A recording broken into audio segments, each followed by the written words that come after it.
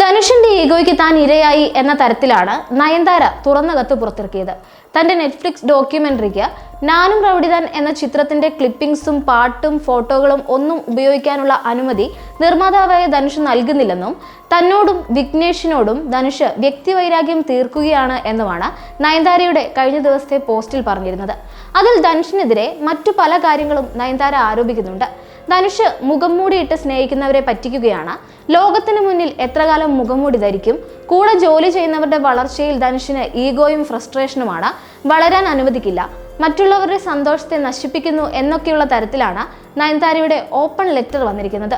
ധനുഷിനെ പോലൊരു പോപ്പുലർ നടനെതിരെ ഇത്തരം ഒരു തുറന്ന യുദ്ധത്തിന് തയ്യാറായ മുൻനിര നടി എന്ന നിലയിൽ നയൻതാരയെ പിന്തുണയ്ക്കുന്ന ഒരുപാട് ആരാധകരുണ്ട്. ഇതുകൊണ്ട് തന്നെയാണ് നയൻതാര സൂപ്പർ സ്റ്റാർ ആയത്. ആ പദവി അവർക്ക് ആരും നൽകിയതല്ല, നേടിയെടുത്തതാണ് എന്ന തരത്തിൽ പിന്തുണയ്ക്കുന്നവർ പറയുന്നുണ്ട്.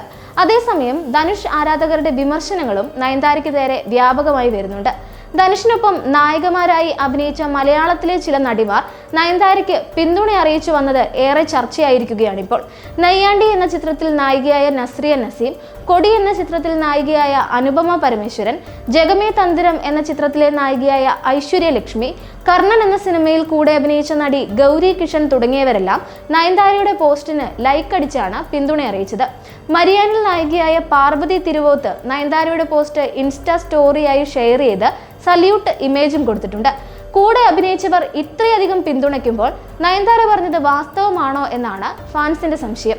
2016 ഫിലിം ഫെയർ അവാർഡ്സിൽ തന്നെ അപമാനിച്ചതടക്കം ഒന്നും മറക്കില്ല എന്നും നയൻതാര ഓപ്പൺ ലെറ്ററിൽ കുറിച്ചിരുന്നു. എന്താണെന്ന് സംഭവിച്ചത് എന്ന് തിരയുക കൂടിയാണ് ആരാധകർ. 2016 നടന്ന ഫിലിം ഫെയറിൽ നാനും റൗഡിതാൻ എന്ന ചിത്രത്തിലെ അഭിനയത്തിന് നയൻതാരയ്ക്കായിരുന്നു മികച്ച നടിക്കുള്ള പുരസ്കാരം. നാനും റൗഡിതാൻ, കാക്കമുട്ടൈ തുടങ്ങിയ സിനിമകൾ നിർമ്മിച്ച ധനുഷിന് മികച്ച പ്രൊഡ്യൂസർക്കുള്ള പുരസ്കാരവും അതേ വേദിയിൽ ലഭിച്ചിരുന്നു. ആദ്യം പുരസ്കാരം സ്വീകരിക്കാനായി ക്ഷണിക്കപ്പെട്ട ധനുഷ് കാക്കമുട്ടൈ എന്ന സിനിമയെക്കുറിച്ചും അതിൽ നായികയായി അഭിനയിച്ച ഐശ്വര്യ രാജേഷിനെ കുറിച്ചും വാചാലനായി. ഐശ്വര്യയുടെ പ്രൊഫഷണലിസത്തെ അഭിനന്ദിച്ച ധനുഷ് നയൻതാരയെ പ്രശംസിക്കാതിരുന്നത് വിവാദമായിരുന്നു.